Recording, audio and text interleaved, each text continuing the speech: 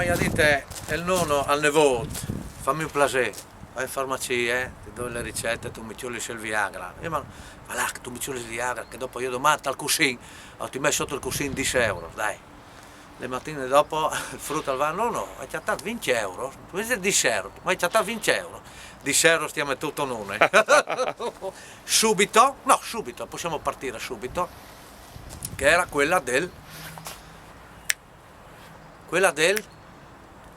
sì, non so,